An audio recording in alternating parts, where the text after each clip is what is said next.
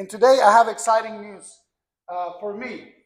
I don't know if it is for you, but it is exciting that we're starting Matthew 5 in the Sermon on the Mountain.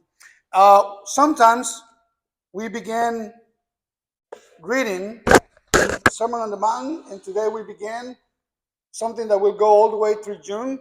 And sometimes you may see all those topics about relationships or the golden rule or judging or marriage or entering the kingdom or being salt and light.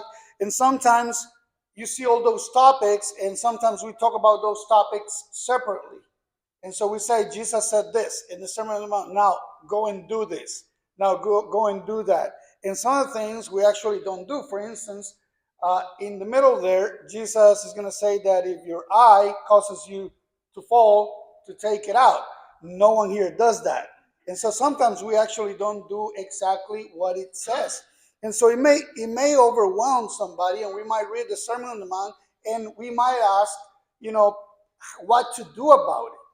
What am I going to do about it? Because if I follow everything literal, what am I supposed to do? Because you see all those messages or topics separately, and you may take them literal, and that could create some issues for you. You don't know what to do with it. So I want to share with you something that we can do with the Sermon on the Mount. We can do about it, and that's what I want to share with you. And the first thing is that we acknowledge Jesus. We recognize him.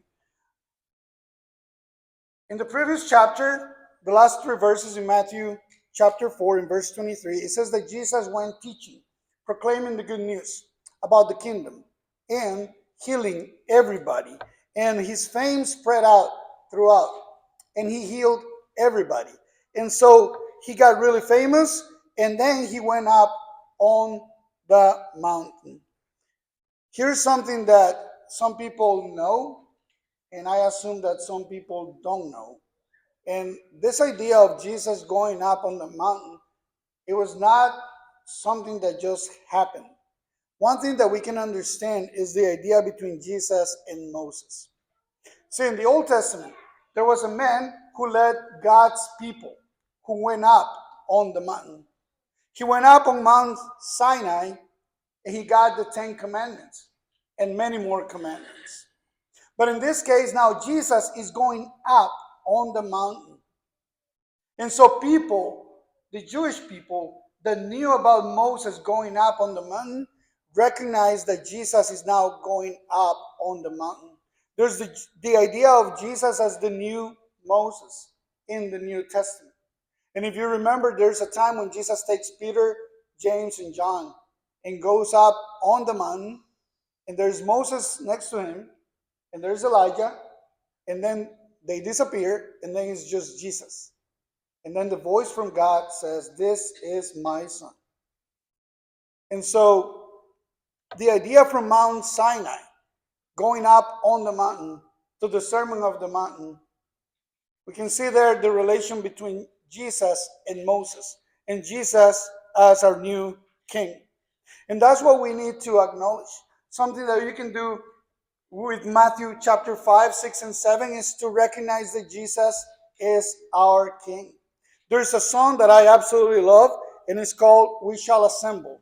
We shall assemble on the mountain. If you read those lyrics and you think about the Sermon on the Mountain, we shall assemble on the mountain, we shall assemble at the throne. That's what people did in Matthew 5. They came to the mountain to recognize the king. I don't know if you've seen The Lion King, but I've seen it a ton of times. There's my son Noah in the back. We were driving to Tennessee, to Gallenberg, a couple of weeks ago for Thanksgiving. And what do you want to watch? The Lion King. Movie's over. What do you want to watch? The Lion King. How about a different movie? Okay, Mufasa. Okay. I don't know how many times we watched that movie, The Lion King. Simba. We know all the songs. I got a playlist with all the songs. I sing them over and over with my sons, and it's wonderful. But you may remember the Lion King, and he gets on that stone up above, and all the animals come and recognize and acknowledge the king. And that's what we do. on the Sermon on the Mount, that's the first thing we do. Jesus hasn't even spoken, but he's up above on the mountain, and we assemble there to recognize our King. With humble hearts into his presence, we bring an offering of song, glory and honor and dominion unto the Lamb, Jesus, unto the King, our Jesus, our King. Oh, hallelujah, hallelujah.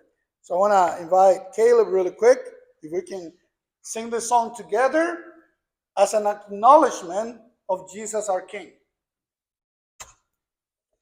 We shall assemble on the mountain. We shall assemble at the throne with humble hearts into his presence. We bring an offering of song, glory and honor and dominion unto the Lamb, unto the King. Oh, hallelujah, hallelujah.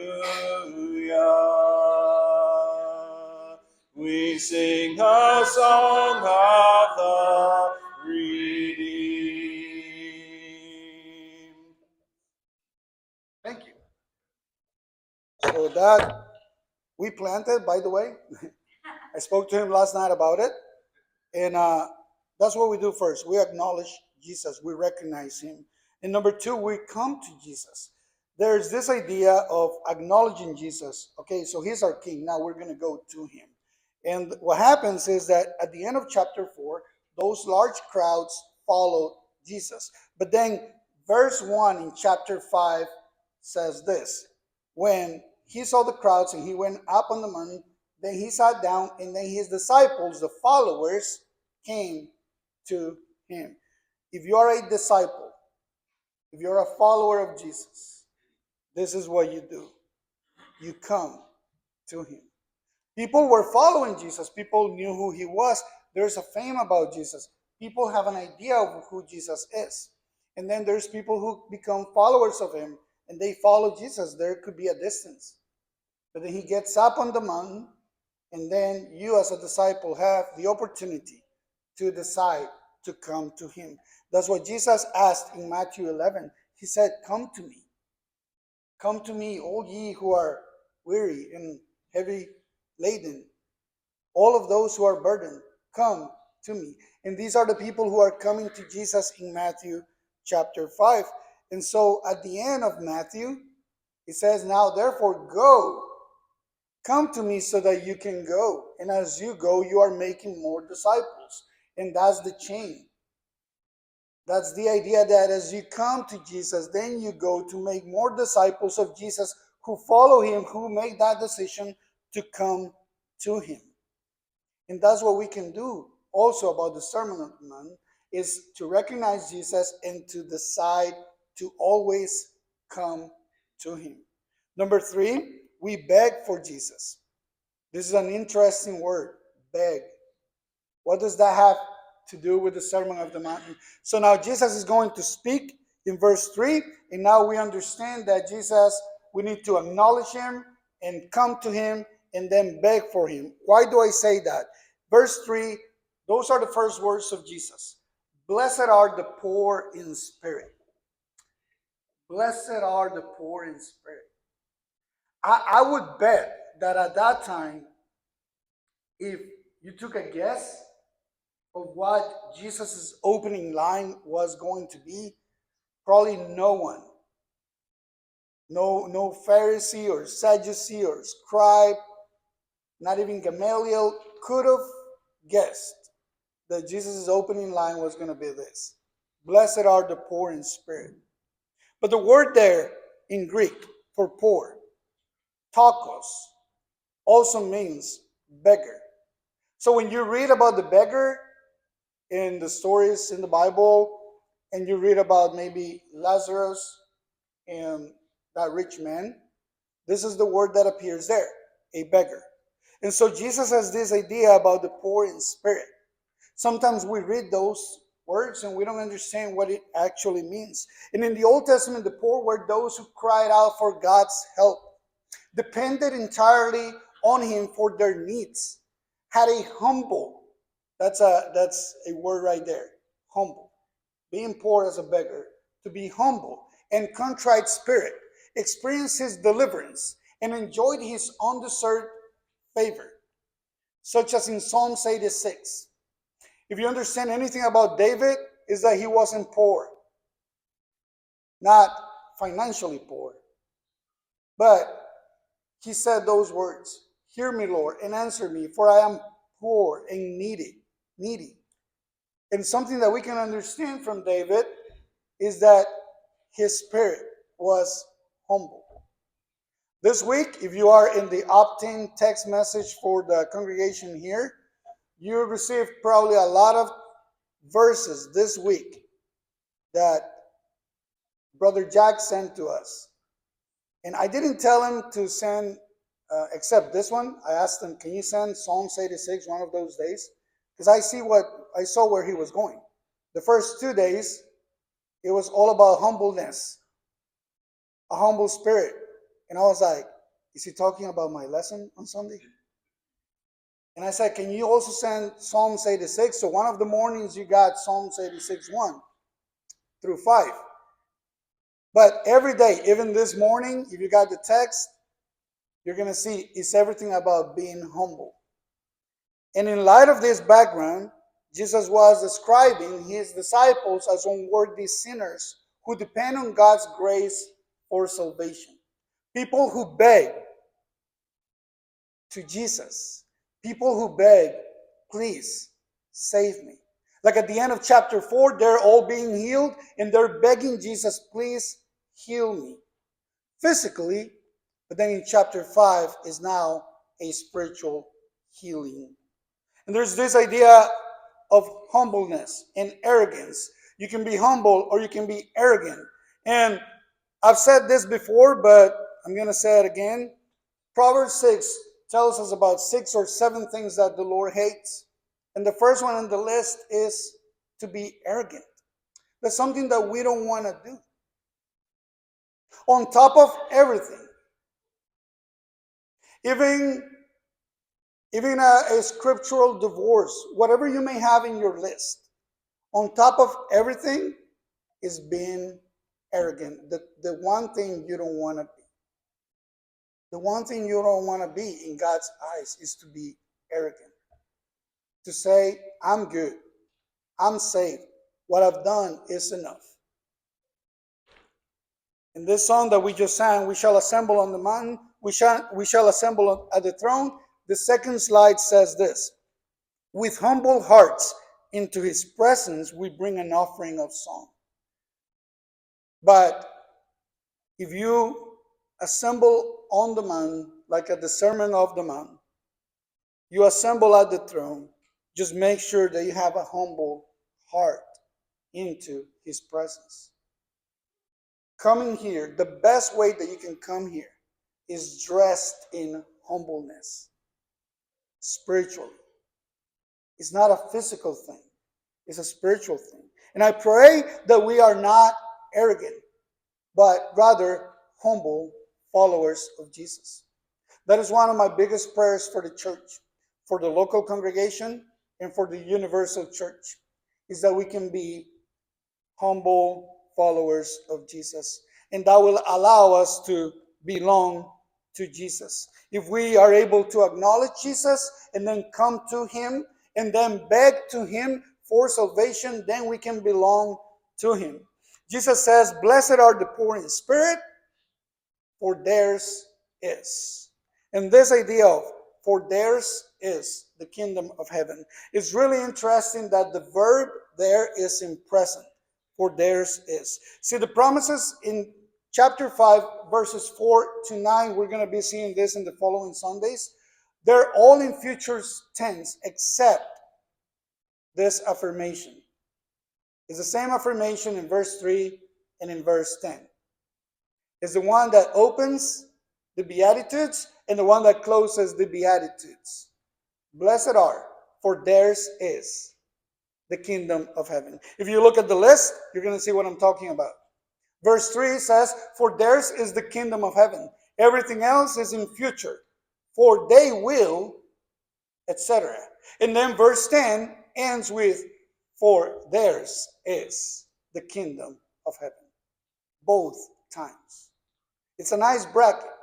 I don't think Jesus did this by coincidence. I think he did it intentionally. And why is he using a verb in present tense? And I think that the idea is that the kingdom is ours. For those of us who are following Jesus, those of us who come to him, begging to him, and acknowledge him as king, then the kingdom is ours. Theirs is the kingdom of heaven. Who? Those who are poor in spirit. Those who are willing to beg to Jesus for salvation. The statement, theirs is the kingdom of heaven, appears at the beginning and end of the main body of the Beatitudes. Again, verses 3 and 10. And so this bracketing device suggests that the Beatitudes constitute promises only to those who belong to the kingdom. Those things we're going to be reading in the next few Sundays, they will be comforted. They will inherit the earth. All of those things are in between those who theirs is the kingdom of heaven. I want to be part of the kingdom of heaven because I follow my king. I am at his feet. He is on top of the mountain. He is talking to me. He's talking to my heart. And I am begging to him for salvation. And so Jesus begins the Sermon on the Mountain with this idea of theirs is the kingdom of heaven. And then Jesus ends the Sermon on the Mount, and I'm going to get ahead. Now, what I'm going to read to you is probably going to be in a few months from now. But in Matthew 7:21, he says, not everyone who says to me, Lord, Lord, will enter what? Will enter what? The kingdom of heaven. The first thing Jesus said, Matthew 5:3. For theirs is the kingdom of heaven, the poor in spirit. Not everyone will enter the kingdom of heaven. Only those who do the will of the Father. And Jesus explains, many will say to me on that day, Lord, Lord, did we not? And I put those on caps so that you can recognize those words. See, many of us in our hearts, we say, I want to be a humble follower of Jesus, but this is what I've done. Do you have a resume? You know what I'm talking about? Do you carry on with you a resume? A spiritual resume? When you get to, the old joke about Peter and the gates? When you get to the gate and there's Peter, will you hand out your resume and say, this is what I've done? So you got to understand, Jesus is saying it for a reason. Many will say, did we not? And then he will say, depart from me, evil doers. And I put those on caps as well. Why? Here's something I want you to understand. The Sermon on the Mountain is not about us and what we have done. It is about Jesus and what he has done. I know to some people out there, this may be boring. Come on, Diego. It's not about us. It's about Jesus. Yes. You can do all those things. You acknowledge what Jesus has done. You come to Jesus for what he has done. You beg to Jesus for what he can do for you. And you belong to Jesus because he is your king, not because you're good enough. Why? Because it's all about Jesus. If we understand that about the Sermon on the Mount, we'll have a better understanding of what Jesus is trying to tell us and what Jesus was saying in Matthew 5, 6, and 7. I hope this lesson is applicable to you as it is to me. I want to thank you for your time, and may God bless you.